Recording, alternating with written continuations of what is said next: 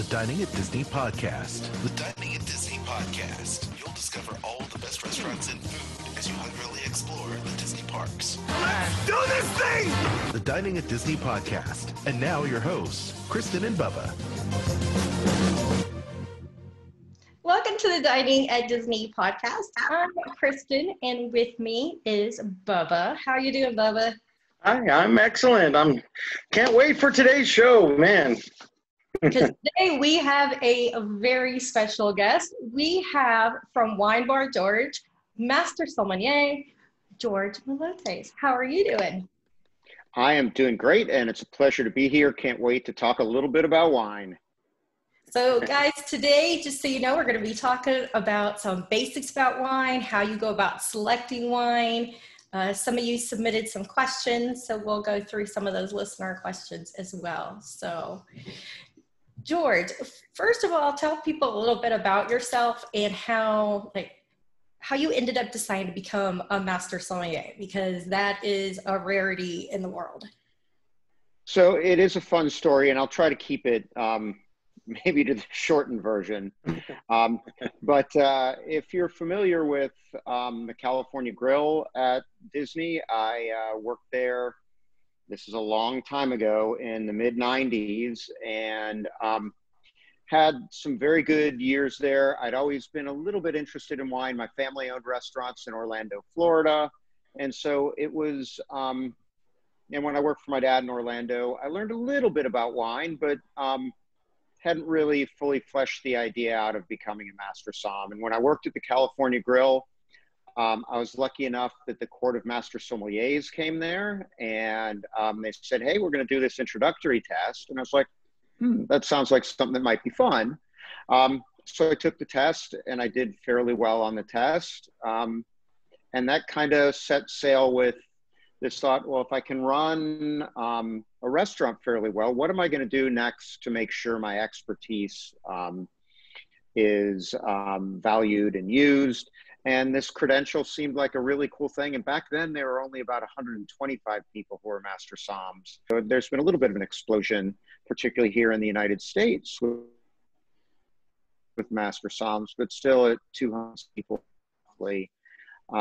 It's a fairly small group, and it's a fun thing to do. It allows me to bring joy to all the diners who come and eat with us. And part of it is also a lot of the people who work with us at Wine Bar George are excited because every day we talk about wine, every day we sell wine, and every day we have fun with wine. So if you want to learn a trade, that it's kind of a cool trade because you can have fun with it at home, or you can use it as a profession. It can become an obsession, or it can be just something that you move in and out of.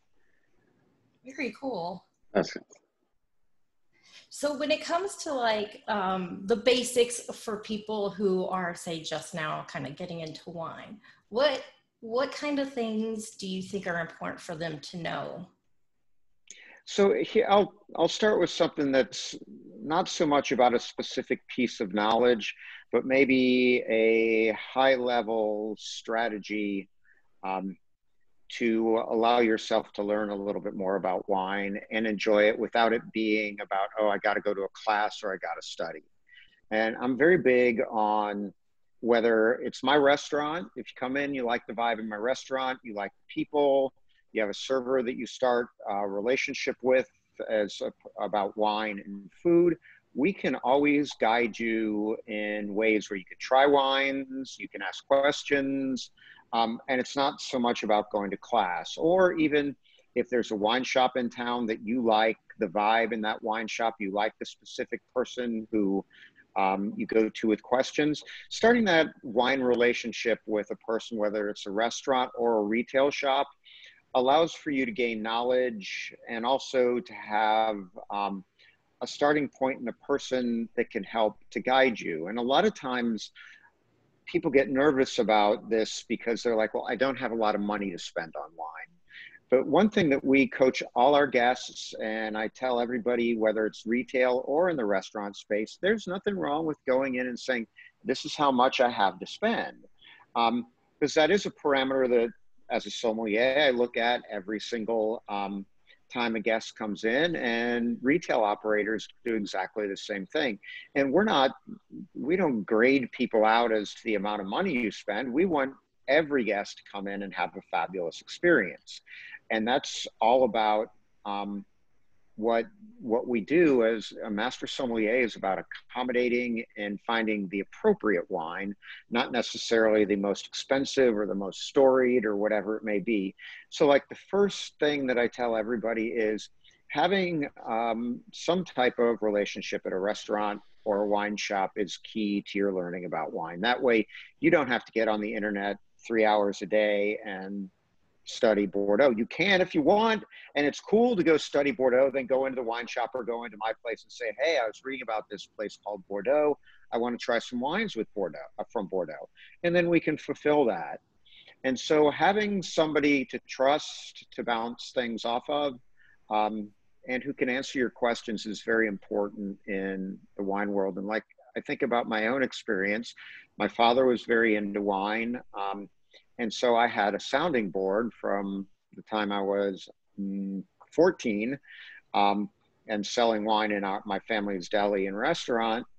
And that was competitive advantage over time as I learned young.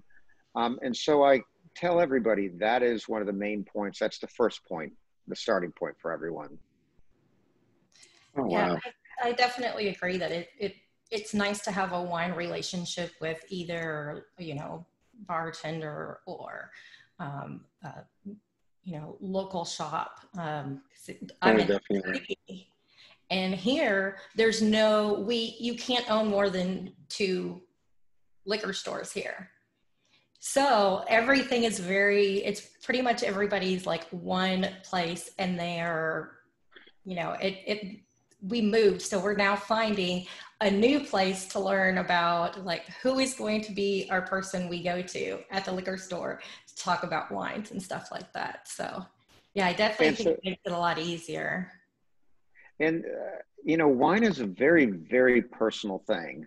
And I tell everybody, a lot of times we get caught up in what may be cool or what somebody else is drinking. And I'm about everybody has their own tastes and their own likes in wine. There's nothing wrong with being honest. I don't like this wine. I like that wine.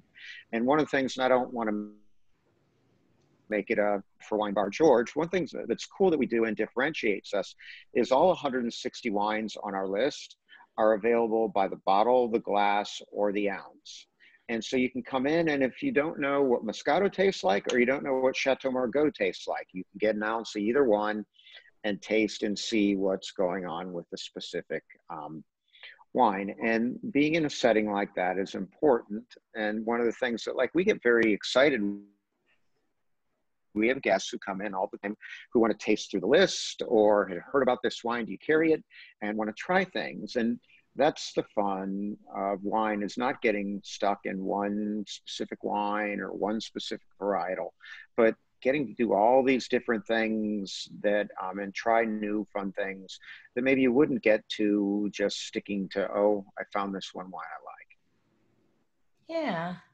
That's actually something that I experienced when I was a server for Italian restaurants. And that was one part of my job, was that I loved to give the samples to the guest, before they, right when they sit down, and, talking about the wine, letting them know, what kind of wine, a Moscato or, something very dark. And, seeing their faces when they try it, you could tell, like, oh, they're not going to like this one, or, oh, they'll definitely like this one. So maybe they'll like these other varieties of wine. And, that's something I like seeing on their faces when they try the wine, what their experience is with it. Yeah. And it's funny, I've been in the business since the 70s, which is a long time ago, but there's still things, that I learn and things for me to try and people to ask questions of. So it is something that you can learn your whole life. There's not a time where, oh, I've gotten too old, like playing football. There's a window of being able to play football. Yeah. That at some point in time closes up. Wine, you can start when you're 21 and you can go until you know, whenever you want. And this is the beauty of wine, is there's always something to learn, and there's always a place that maybe you haven't heard of or a wine you haven't tried. Now, sorry. I'm sorry, go ahead, Kristen. Go ahead, Kristen. Go ahead. Well, I was going to say there are two things that I like to tell everybody, whether they're at the beginner stage or the stage, that are the two forgotten about things with wine. And the first one is clean glassware. Like when we drink at my house, yes, generally I've hand washed my glasses before we start. And I have glassware that can go in the dishwasher. And there's sometimes, if it's just my wife Leanne and I drinking, that we'll pull them out of the dishwasher and pour into them. But if people come over, we make sure all the glassware is appropriately clean, is odor free, and is ready to use. Because sometimes, and I'd say the mistake that's made most often is people drinking out of dirty glassware, or glassware that has an odor in it. Even if it happens by mistake, you store your glasses in a wood cabinet, it is going to pick up the aroma of whatever wood that you have. So they have to be cleaned if you're storing them in that cabinet. There are a lot of angles with that just, I make sure, particularly when professional tasting,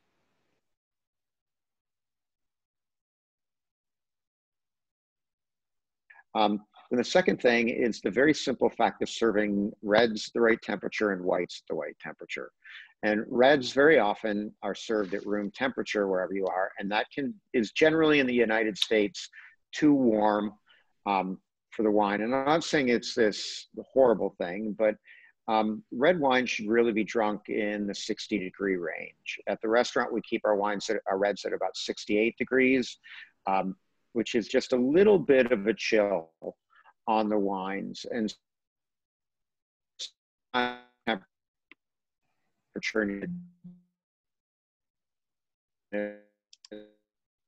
for it, it's going to emphasize alcohol and emphasize flavors in the wine and make it really, really good.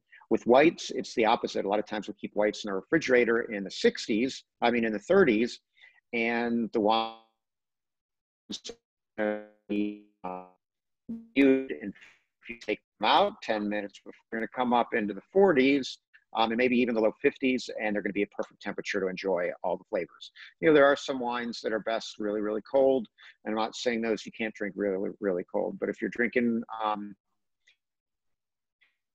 wine that you want to emphasize the flavors, having them in the 50-degree range, particularly people drink a lot of Chardonnay with oak, those wines are best with a little bit of the chill off of them as opposed to being really, really ice cold.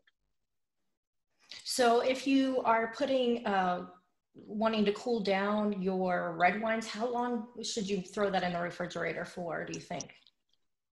10 minutes. 10 minutes? Okay. Yep. All we want to do is drop the temperature below 70. And there's a reason for this. As the world's gotten warmer, the style of winemaking has been higher alcohols. The warmer your red wine, the more alcohol is going to show, the less flavor is going to show.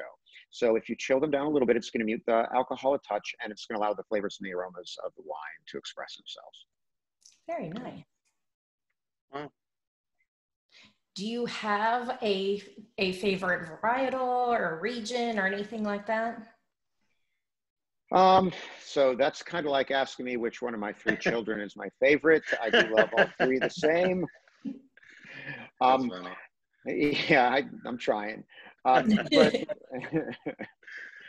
as I do have my infatuations from time to time. Right now, Tempranillo from Spain, and Toro in particular as a wine growing region is something that I'm just, I like to drink a lot of. You know, I love the wines of California a lot. I still like Cabernet out of South Africa quite a bit. But, you know, I like trying a lot of different things. I'm an equal opportunity drinker. I'll have a mixed drink and a beer sometimes too. So I like to drink around. I don't like to fixate on one thing. Yeah. The Spanish wine that you mentioned recently when you did the Corvin, discussion. Both Bubba and I have tried to find that Protocolo wine. Protocolo. And neither of us can find it where we live. Strange. Where are y'all? I'm in California. I'm in California. I'm in Central California, about an hour and a half from Paso Robles. All right. So I would try wine.com if you can't find it in the local store. But I know in California, Protocolo is distributed in California. So again, part of this goes back to find a wine shop who wants to fulfill what you want. But it's just a matter of calling up a couple distributors and finding out who has Protocolo and then selling it to you. Because to me, like, all right, there's wines that give really, really a lot of joy for their price. And Protocolo is one of those wines. It's not particularly expensive, but it is delicious. And for having around, particularly in summertime when people come over, you want to have a little, you know, you're going to cook something on the grill or whatever it is, having Protocolo around is a good thing.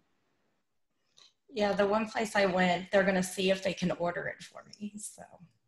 And yeah. where, Kristen, where are you? Just outside of Nashville.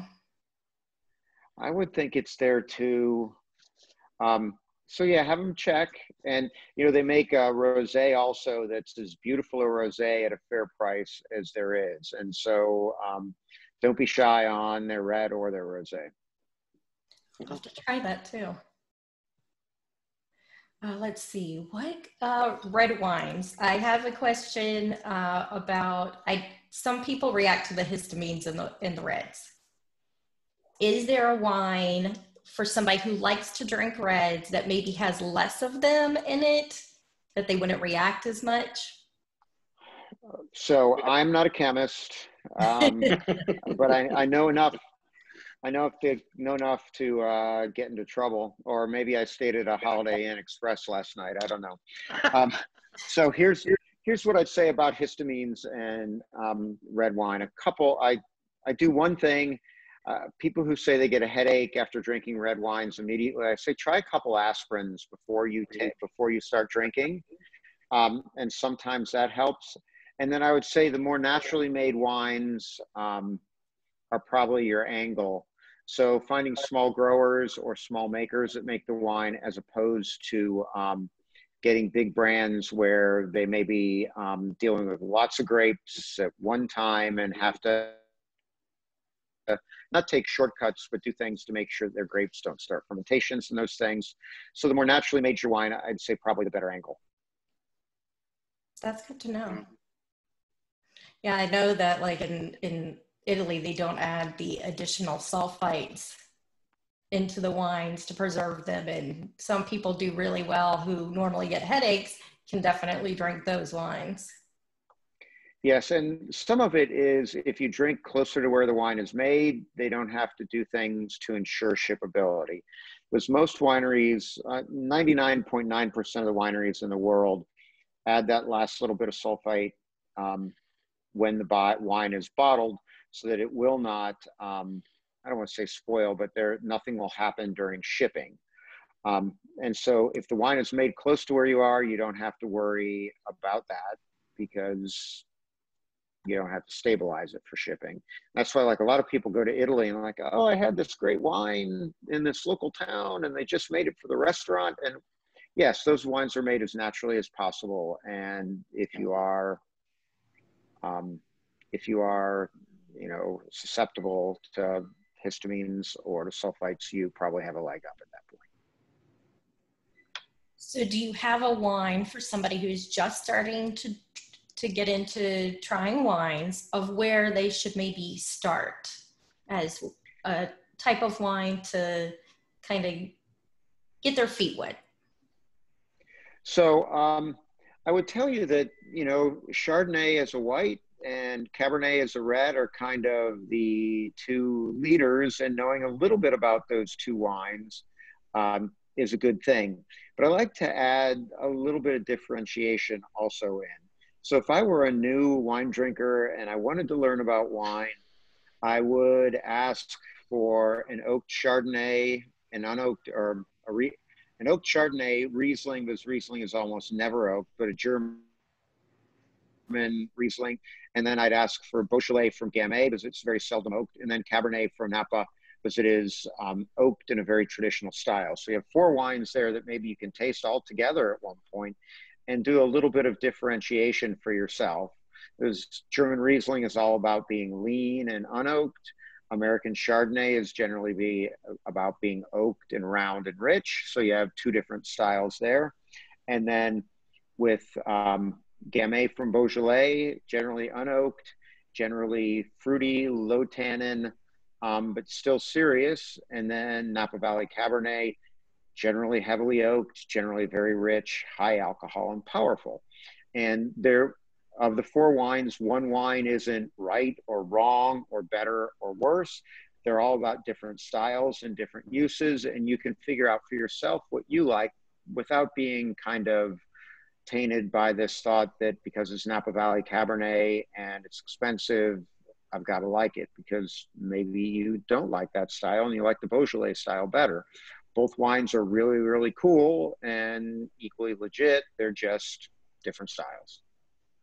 That's great. I hadn't thought of that before, of starting somebody with that kind of, those basic 4 wines. That's a good idea. And the funny thing is, like, you go to a restaurant and you order a wine, it's going to taste good because it's wine and that's what you're drinking. But very seldom do we sit down and do we try 2 wines next to each other and figure, oh, maybe I like this style better than that style. And again, at the restaurant, that's what we love doing with guests, because you can get 2 ounces of Cabernet and 2 ounces of Beaujolais and make your own decision, as opposed to believing the sommelier, whether they're a master sommelier, an advanced sommelier, or one of my servers that we've trained a lot. It is more about you being able to figure out what your palate feels is best. Yeah, I do like the fact, because I've never seen anywhere else that I've been offer wine, all their wines by the ounce, the glass, or the bottle. So I think that's a really cool thing about Wine Bar George. Wow. It is fun, and it's part, it's part of what we do, and the beauty of the restaurant. But it's funny, again, a lot of times people come in and think, oh, they're very, very serious, and we are serious about our wine, but we take guests of all knowledge levels, and that's the fun. You get somebody who's new to the wine business or new to just exploring wine. We love to show people what the differences are and to take them through tastings, or just find the one appropriate glass that's good for them that day. Yeah. So I'm going to ask for a personal recommendation from you. I like oaky Chardonnays. So if I was out looking for one, $15 and under, is there one you would suggest? 15 and under.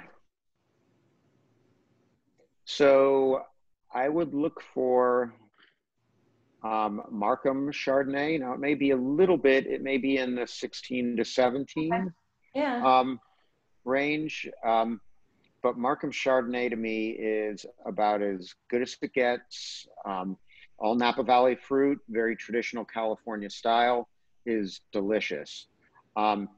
Kendall Jackson Vintner's Reserve, I know, is made in large quantities, but we serve it at the restaurant because very fairly priced, very traditional California Chardonnay. You should try it. You should be able to find that in the 15, maybe a little bit more range. And the reason that a lot of people are, okay, why is my oaky Chardonnay more than my unoaked Chardonnay? Oak barrels, good oak barrels cost money. And that does change the kind of price parameters when you're making really good wine. But I would say KJ and Markham for me, for that California style that's as rich and as beautiful and still balanced, those 2 wines are the wines we enjoy selling. I actually had the Kendall Chardonnay just the other night. So. Yep. It's really, really good for the price. And we blind taste all the time with competitors, and they do a fabulous job at a very fair price. Now, what would you recommend? I'm more of a sweet wine person, so Moscato, Prosecco, something like that. What would you recommend for, you know, I'm usually not a price guy. If it tastes great, I'll purchase it. If it's a $20-$30 bottle, I know that's great, you know. So given those parameters, I would tell you to go to a good wine shop, tell them how much you want to spend on the bottle, and say you want to try German Riesling at the Kabinett, Kabinett level, or the Spätlese level, Spatlese. And those are the two basic sweetness levels of German quality wine. Kabinett being lightly sweet, kind of like biting into a perfect Granny Smith apple. There's a little bit of sweetness up front, but then there's good tartness in the back. Yeah. And then Spätlese being a little bit more sweet. And to me, it's the logical progression. Moscato is delicious. Maybe I want to try something a touch less sweet, but still sweet. German Riesling is the next move to make. But Moscato is delicious as can be. We use La Perlina as a brand that we just feel is really, really delicious and very fairly priced. Nice. Yeah. All right. As far as pairings, so say if somebody likes big, bold flavors, what kind of wines might you suggest for them to order?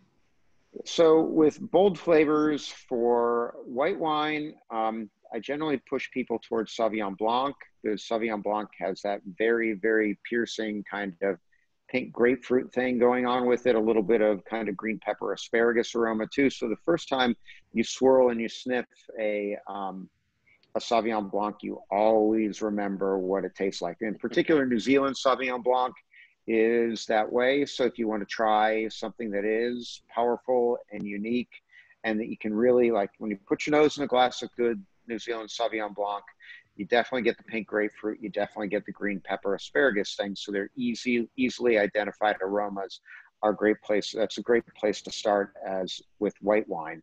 For powerful red wine in particular, Cabernet is still kind of the high ground with that.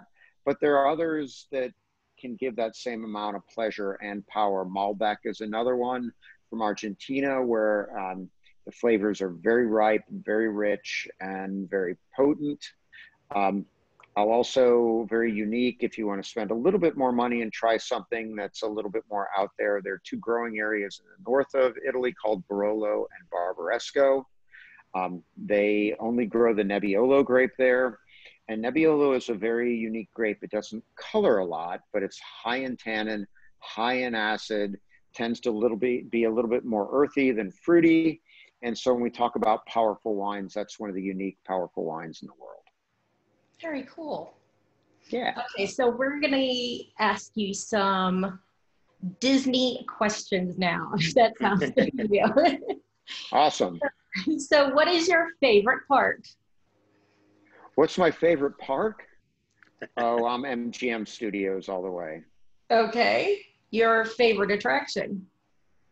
Tower of Terror. That's a good one. Favorite Disney animated movie?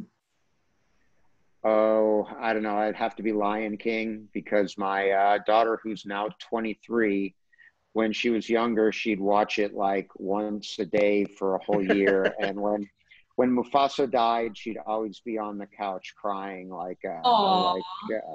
and so it's good movie in and of itself, and then it brings back good memories. That's awesome. Favorite live action? So it can be Disney, Marvel, Star Wars, Muppets. Original Star Wars, pretty classic. I think a lot of Can't people beat say it. Yes. One of the great people just don't remember was, like, I was a kid when the first Star Wars came out, and at that time it was like, wow, why didn't other people think of this? And it's gone on to greatness, but it had to be what, 70s, early 80s? I can't remember when it came out, but it was a unique and new and really cool thing. So absolutely great movie. Favorite Disney snack? Favorite Disney snack? Yeah. Oh, Yeah, that's Frascato at Wine Bar George. Sorry. That's made with Dole Whip. That's made with pineapple Dole Whip. So that makes it a Disney snack no matter how you look at it. So I don't mean to be a shill for my own thing, but guests love pineapple Dole Whip. And that's you had me at Dole Whip. I know. You had me at Dole Whip. We have that game. And last question, besides Wine Bar George, what is your favorite Disney restaurant? Well, I spent 8 years of my life at California Grill, and so I still love going back up to the grill. There's still some team members who are original team members or cast members. When I work there, I like seeing them, and there are a lot of blood, sweat, and tears in that restaurant, and so that is by far and away my favorite Disney restaurant. Oh yeah, that makes sense. Have you made your way to California, Disneyland in California?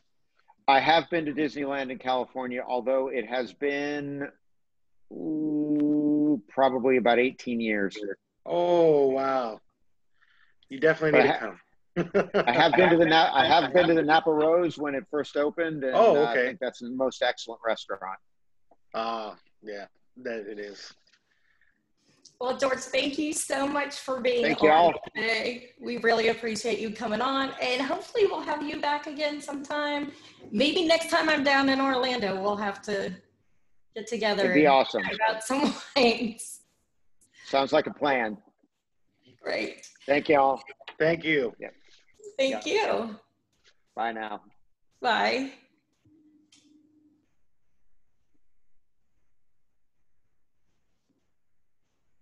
Well, we hope you have enjoyed today's show. If you haven't already, make sure you like, subscribe, and hit that notification bell for us. You can find us on Anchor and many other podcast platforms like Spotify and Apple Podcast. Bubba, tell everybody where they can find you as well as Dining at Disney. You could find me on Instagram at big_Bubba_B.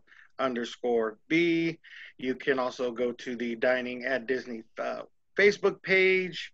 And we're all over the place too. We like to go to the Sorcerer Radio Fun Zone, post a couple things there.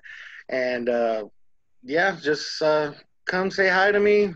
Drop me a message. We are hoping to get some news about Disneyland in the next couple of weeks, whether it would be open or not. So until that time, everybody in the East Coast, have a great time. Once the park opens in a couple of weeks, get ready and be safe. Definitely be safe, everybody. If you enjoy this podcast, make sure that you support us by subscribing, liking, clicking the notification bell. You can also donate, just like one of our top fans, Lindsay, has on Anchor. Hey. The donate button there. Thank you so much, Lindsay. And then we've got Amazon, Disney Store, and other places like that you can also hook us up and shop those links in. And it gives us like a little tip, so. Also make sure that you check out our friends WDW Park Hoppers live on Facebook. Park Hopper Sid, Park Hopper John, they recently have been to Wine Bar George and broadcasted there, but you can check them out Tuesdays, 7 p.m. Eastern Time from a Walt Disney World restaurant or bar. Until next time, I'm Kristen. With me is Bubba. Bon appetit.